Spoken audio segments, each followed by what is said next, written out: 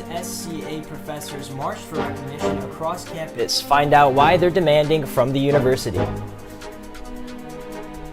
Israel and Hamas continue to exchange prisoners as the ceasefire comes to a close.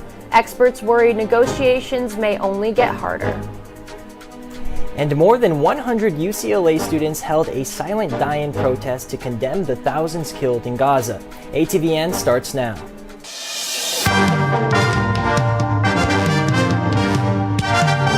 Annenberg TV News is next.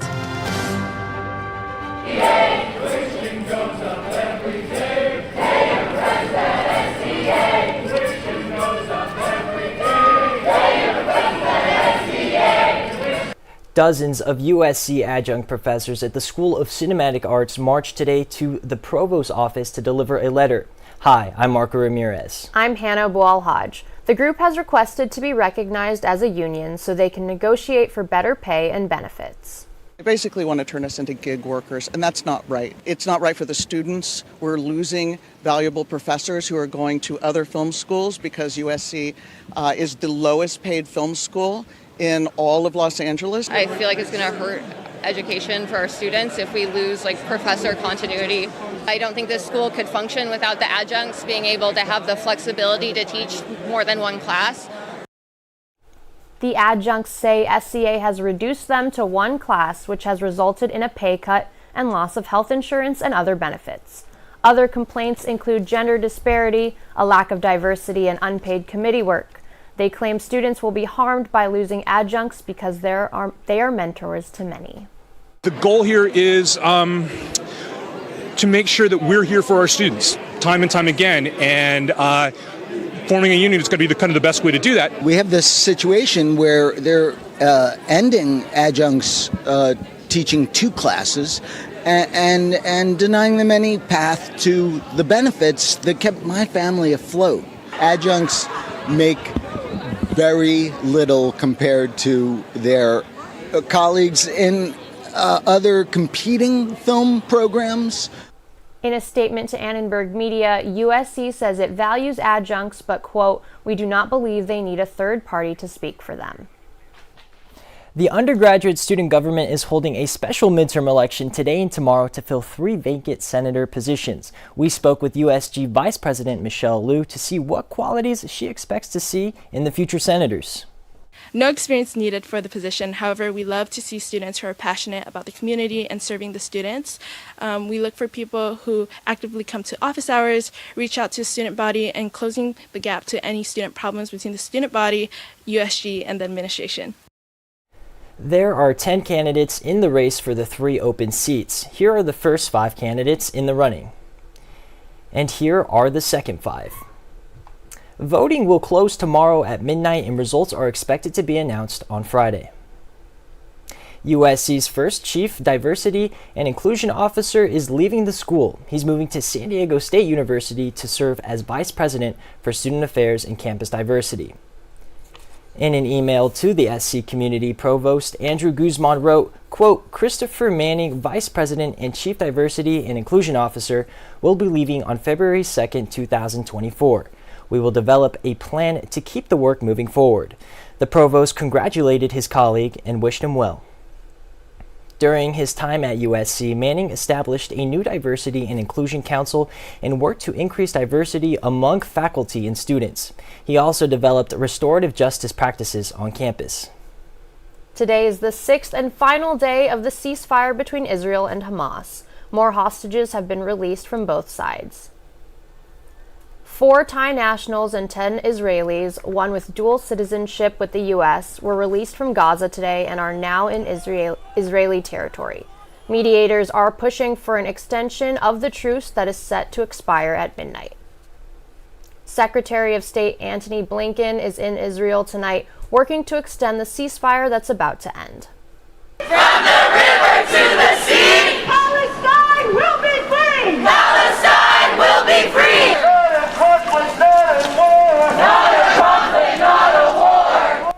Today at UCLA, more than 100 gathered in support of International Day of Solidarity with the Palestinian people.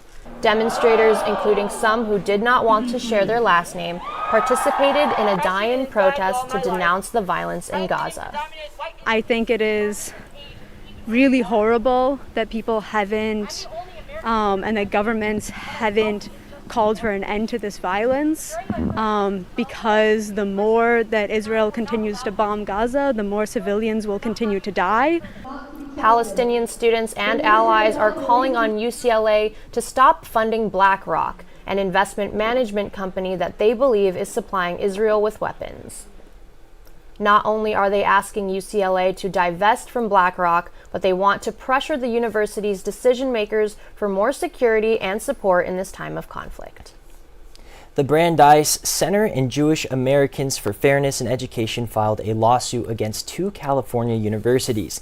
They claim in the suit that UCLA and UC Berkeley have, quote, long-standing, unchecked anti-Semitism on campus. Berkeley is known as a place that's always championed civil rights and equality and non-discrimination. And we would like to see them living up to their own standards. It's not about viewpoint. They'll tell you, well, we're allowed to have different viewpoints. It's about identity. It's about excluding an ethnic minority. So it's been wrapped up in this free speech kind of conversation, but it's not about what we're saying. It's about who we are. According to a statement released by the Brandeis Center, quote, many Jewish students have reported feeling afraid to go to class during pro-Hamas rallies because they have little confidence UC will protect them from anti-Semitic mobs. In response, the assistant vice chancellor of UC Berkeley said the university cannot prohibit free speech. But those demonstrations and those chants are protected by the First Amendment of the Constitution of the United States of America. And the university, as a public university, cannot censor, sanction, prevent, or punish protected speech. But that doesn't mean we can't offer to support our Jewish students who are clearly being impacted by some of these demonstrations. Earlier this month, Students for Justice in Palestine sued Florida officials for their efforts to ban the group from state university campuses.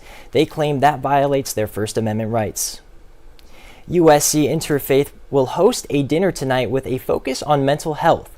Organizers hope to offer a safe space for conversations about various religious beliefs and perspectives. The ideal would be to have a lot of these conversations with people from very different backgrounds and views than us. Just have a place where, again, we emphasize everybody, you're safe here. We're going to come talk to people who view things differently than us, but there's no threat.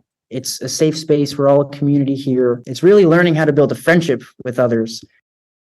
The dinner will begin at 6:30 tonight at the Caruso Catholic Center. The USC libraries have received the records of the California Chicano News Media Association, known as CCNMA. It was the first advocacy organization for journalists of color and operated out of USC's campus for many of its early years. Well, this is a homecoming for most of these files. Now, USC was not the birthplace of it. It was organized before it came to USC. But, we centered a lot of our activities at USC. Our offices were at USC, major conferences we had at USC. We would have meetings at USC.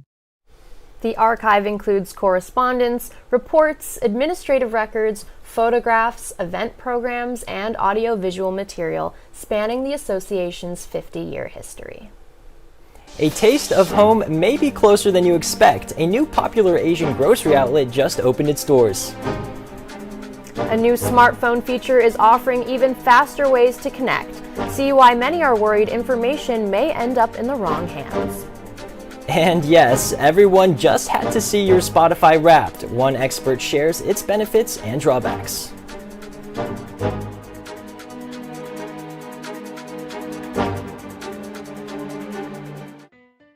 Let me tell you how we amplify our Latine voices. Check out Dímelo. We have it all. Deportes. Entertainment. Noticias. ¿Qué tal? Soy Mariela Gómez y bienvenidos a Dime la Hora. Radio and Podcasting. Comida y cultura. Digital social media. ¿A qué equipo le vas tú? LA Galaxy o LAFC? Dímelo is the only Latina-focused media outlet at USC. Dímelo, we have it all. Dímelo, we have it all.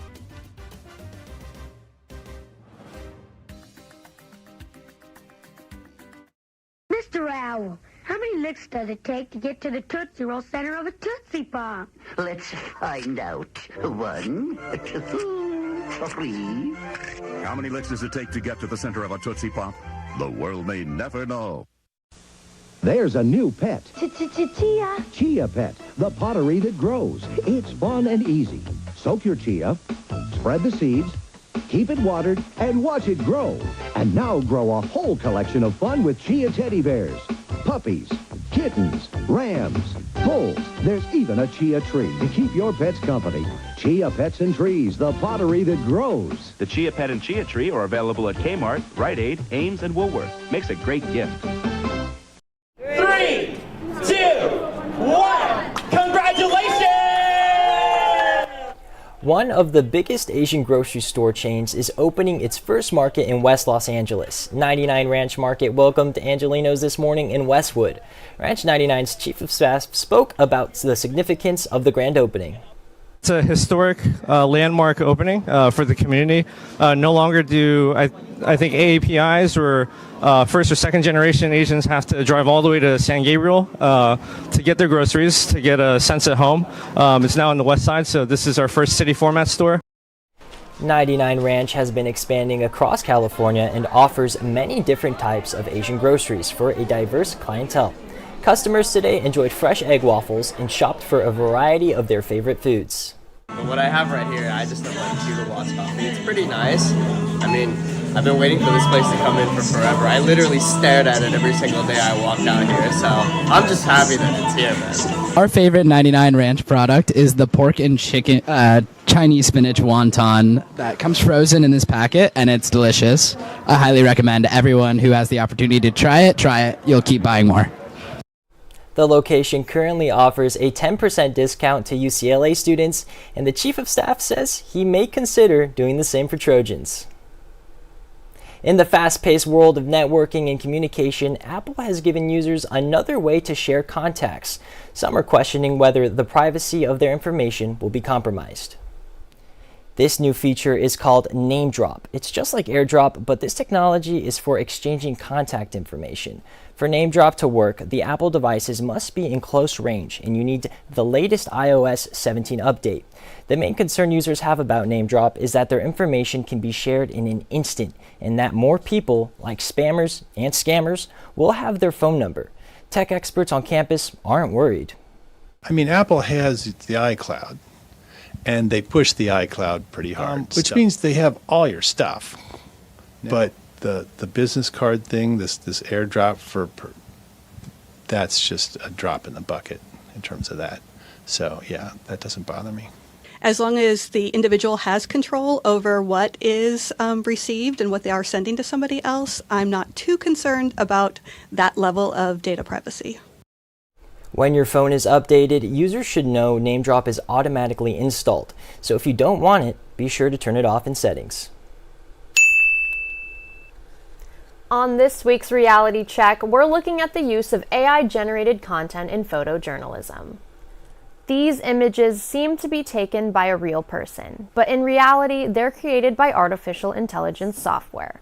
Stock image sites like Adobe and Shutterstock told the Washington Post that they are cracking down on the accessibility of AI-generated images. This is part of their attempt to prevent the use of AI in misleading ways. Myself, as an audience, when I'm reading a journal, especially from the trustworthy sources, so I trust to this source. I expect the provenance of this information, what is the source, where does it come from, and everything is checked already. We need the regulation from government, the guidance for the corporation, and also each single person should be responsible for using this AI. Some image providers like Getty have opted to ban the accessibility of AI photos altogether, stating that not enough has been done to ensure that these images are created and shared ethically. Spotify Wrapped dropped today, and students have been excited to see their year recap through music. Spotify Wrapped connects friends and even added a new feature this year, showing you where in the world people listen to music just like you. I knew that it was coming out this week, so I was super excited when I saw that it came out, and then the first thing I did was text my friends. I think it's just fun to see what your friends are listening to, and then maybe you can hop on to what they're listening to. I love Spotify Wrapped because you can share your stats with all your friends and compare and share your top artists. Artists are a major draw for Spotify subscribers to their annual Wrapped, but at the same time, the artists are not benefiting as much as you think. Rights holders like Sony and Warner Brothers are really who are benefiting from the annual sharing. I really think it was a really smart thing to launch. Where I think it gets a little interesting is the fact that Spotify doesn't pay artists. Spotify pays rights holders, but artists are the drivers. The music subscription giant launched Spotify Wrapped back in 2016, and since then has drawn even more attention to the platform. And speaking of wrapping up, there's a lot of wrapping happening with the semester, with Spotify, even with gifts. So Erica, I've got to ask, what's on your wish list for this holiday season? Well, Hannah, all I want for Christmas is some snow in Southern California. But let's check out what the weather is right now and if that is making my wish list or not. So right now, if you step outside, it is 62 degrees. It's a bit cold out there. Definitely not so snow temperature, but still pretty chilly. Looking at the 5-day weather forecast, you can see that the temperatures are going to stay in the high 60s. It's going to stay pretty sunny tomorrow evening, clearer. Then going throughout the week, still sunny, but going right back up into 75 and sunny. There is a cooling front that is coming through with some wind and rain, so expect it to be a little bit cooler, but still knowing that it looks like going through this semester, us Trojans like to stick to the 4 main weather groups: sun, sun, sun, and sunshine. If you're not busy caught up in the flurry of finals this week, head over to the Grove between 7 and 8 p.m. each night for a nice winter wonderland snowfall. So wrapping up this semester, Thomas, it is your last and final time to wow me and USC Trojans. Is it going to happen? What's the wow factor? Well, Erica, I hope so. It's our last show of the semester, so you get one last taste of Wednesday Wows from Alex and I.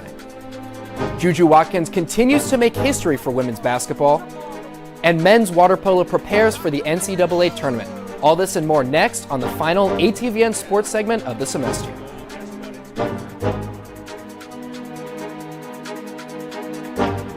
Bonjour, je suis le grand musée. Je suis la jeune fille.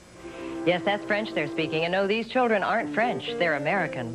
And they've acquired their amazing new language skills from Muzzy, the remarkable new video language program for children developed by the British Broadcasting Corporation. With this unique BBC language course, children learn a second language with incredible ease. 4 delightful videos quickly become their favorite TV show and teaches children the same way they learned English. Learning another language becomes fun. You'll be amazed when your children begin speaking and understanding their new language from the very first day through this unique method. The entire course, 4 videos, 2 audio cassettes, the activity book, and the parent's guide and answer book is available in French, Spanish, Italian, or German. To order, use your credit card and call this number. We'll ship and charge you $28.08 a month for 6 months. Your satisfaction is guaranteed. Call 1-800-424-0700. Okay, this stuff is really amazing. I mean, I put it in my mouth and I taste watermelon, but it's not just that. I taste strawberry too, but it's kind of like a watermelon-y strawberry put together. Hey, hang on. Sorry about that. And the bubbles are really awesome. I mean, that's why they call it Max, I guess. Obviously, that sort of makes sense once you think about it. Oh, I'm Dan, and that's Chuck. Hubba Max, a whole new kind of bubble. Hey! Welcome back to ATVN Sports. I'm Alex Petkin. And for the last time on Wednesday, I'm Thomas Johnson. Women's basketball is off to a scorching start to the season. That success continued Tuesday night against the Cal Poly Mustangs. The Trojans had a lead for all but the opening 20 seconds of the game, eventually winning 85-44. Juju Watkins keeps making history. Just 6 games into the season, she already has 4 30-point games, the most by a freshman in program history. On top of the Watkins storyline, Aaliyah Gale scored her first bucket as a Trojan last night, a mere 19 months after being shot multiple times at a house party. So, Alex, the Trojans have a freshman phenom, the emotional story of Aaliyah Gale's. How far do you think this team can go at the end of the season? I think they can go pretty far. You know, like you mentioned, Juju Watkins is probably the best freshman in the country, probably one of the best players in the country. I think the team kind of goes as far as she goes, but I'm projecting maybe a Sweet 16, Elite 8, possible Final Four national championship. What about you? What do you think? Well, the Trojans are ranked number 6 in the AP poll, their highest ranking since the 1993-1994 season. In that season, they went to the Elite 8. I'm predicting a very similar finish. I think the Trojans make it to the Elite 8, if not the Final Four. They have Juju Watkins, Rhea Marshall, like you said. It's an insane team. It's really fun to watch. Watkins, Gales, and the Trojans continue their homestand this weekend when they take on the University of San Diego Sunday at 3 p.m. The USC women's volleyball team is set to begin its NCAA tournament run. The 8-seeded Trojans prepare to face the 9-seeded UMBC Retrievers in what should be a very good matchup. Following a heartbreaking 5-set nail-biting loss against crosstown rival UCLA, the Trojans are entering the NCAA tournament with something to prove. The Trojans are 18-12 on the year, but have faced some of the nation's top teams. The Retrievers are 17-7, but have played only 2 ranked teams on the year. Expect a big game from superstar outside hitter Skylar Fields, as well as her all-conference counterpart, Mia Tuaniga. The Trojans are making their 39th appearance in the NCAA tournament and will be searching for their 7th national championship. The game will be broadcast on ESPN Plus Friday at 4 p.m. Men's water polo is preparing for its 19th straight NCAA tournament this weekend at the Trojans' home pool. The Trojans secured the number 3 seed in the tournament after a fantastic end to the season, upsetting Cal and UCLA to secure their 2nd consecutive MPSF title. The season seemed doomed in October after a 3-game USC losing streak, but the Trojans ended off the season on a 5-1 run to earn the automatic bid to the NCAAs. The Trojans take on San Jose State for their first-round matchup, likely with rematches against Cal and then UCLA on the horizon for the Trojans. If USC can take down the Spartans in the first round, they will compete against the winner of Cal and Fordham on Saturday. If USC wins that, it will likely mean the 5th Trojans-Bruins matchup of the season on Sunday. Now we'll toss it over to Anthony Bettino, who is at USC's home pool, the host of the NCAA tournament. Thanks, Thomas. I may not be dressed for water polo, but this weekend the Trojans will be. I'm here at Ujinsu Aquatic Center, which will host the NCAA Men's National Championship for Water Polo for the 3rd time since its opening in 2014. Now, let's take a look at how the Trojans fared the last 2 times their waters hosted the tournament. The first year USC hosted the NCAAs was in 2017. The Trojans earned an automatic bid into the tournament and nearly brought home a title, but fell to rival UCLA in the championship. The most recent time the Trojans hosted the tournament was for the 2020 season. History repeated itself that tournament as USC made it to the finals match, but again lost to the Bruins. Home waters hasn't brought the advantage to the Trojans thus far, but they look to rewrite history this weekend and take home their 11th national championship. Action begins at noon on Friday, featuring UCLA versus Biola. The Trojans will follow at 6 p.m. on the same day. The Trojans behind this gate sure are hard at work, and I just happened to find these goggles lying around, so I might go hop in the waters with them. But for now, back to Thomas and Alex in the studio. Wow, thank you, Anthony. It's going to be really hard to top that. But we will try with our Wednesday Wows, where Thomas and I try to make you say, wow. For my Wednesday Wow, I believe the return of Boogie Ellis and Kobe Johnson to the USC basketball starting lineup propels USC to a strong win over number 11 Gonzaga this Saturday. The Trojans are currently 4-2 on the year, but have played very strongly. Plus, with the return of their 2 leaders, USC basketball instantly becomes a threat to take down the national powerhouse. For my Wednesday Wow, I think we're going to see an upset this weekend in the ACC Championship. Florida State, without injured quarterback Jordan Travis, will fall to the Louisville Cardinals. FSU sits at 4th in the college football playoff rankings, but their loss will open up a spot for Texas and former USC head coach Steve Sarkisian in the CFP. Well, of course, the final ATVN Wednesday show got me saying, hook 'em horns up for the Texas Longhorns. Unfortunately, that's all the time we have for sports today. I'm Thomas Johnson. And I'm Alex Betkin. Thank you for hanging out with us this semester. Over to Marco at the monitor for more. So I'm off. A dancer, a DJ, and an artist will meet a USC Kaufman creative coming up next.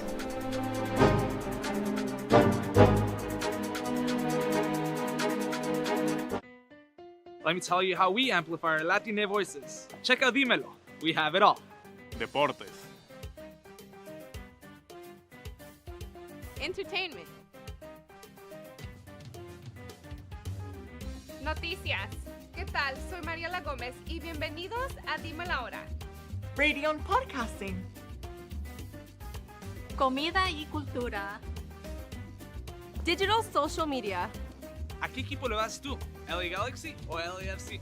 Dímelo is the only Latina-focused media outlet at USC. Dímelo. We have it all. Dímelo. We have it all.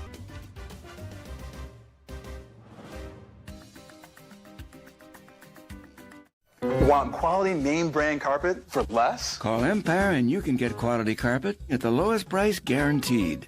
And no payments for 1 year. 800-588-2300 Empire. Today. I've replaced your shoelaces with fruit by the foot. So you did. I replaced your fingers with fruit by the foot. Bravo. I've replaced your bones with fruit by the foot. Indeed you have. I replaced your guitar strings with fruit by the foot. Seems like a step backwards, but alright. I've replaced your DNA with fruit by the foot. That would be end game, my friend. Fruit by the foot. Fruit-flavored snack. The Kaufman School of Dance is known for inspiring people to follow their dreams. Annenberg Media's Khalif Starks shows us how one Kaufman student took their love of dance and fused it with another passion. A non-binary dance artist from Houston, Texas, Slater Rose, in the White Sox, has the moves, but did not think they would go to college for dance. A lot of big artists that we know don't necessarily go through the path of college, but I did understand that it could be a helpful tool later in life for me, so. As a child, Slater Rose developed a knack for dancing, participating in talent shows and gaining training in multiple styles and forms of dance. I was doing a lot of these styles, so I was trained in ballet, modern, contemporary, but I also had this deep passion in hip-hop and was also the only person doing it. USC Kaufman School of Dance operates under the motto of New Movement, in which all genres and forms of dance are seen as the same. No form of dance is viewed as being higher or better than the other. After meeting fellow classmate DJ Anya Ball, they became friends, and she, their mentor. I reached out to Anya and I was like, hey, I'm really inspired by your work and would love to just kind of be more in the culture. Like, how can I start my DJing career? And she gave me some of the tools that I can start with, so. They study the beats that make you move your feet. Now I pay attention to how are the people in real time reacting to the music? How are they bopping their head? How are they moving their body? Because music and dance, they're one. Student by day, DJ by night. Slater Rose hopes all this hard work will pay off. For Annenberg Media, I'm Khalif Starks. And before we go, I want to invite up all the other anchors that make this show all possible and give a special thanks to everyone behind the scenes putting in the work to make Annenberg TV News exactly what it is. So thank you for watching Annenberg TV News, and from everyone at Annenberg Media, I'm Marco Ramirez. And I'm Hannah Boal-Hodge. For more coverage, like and subscribe to our YouTube channel, youtube.com/Annenberg Media. For the final time, good night.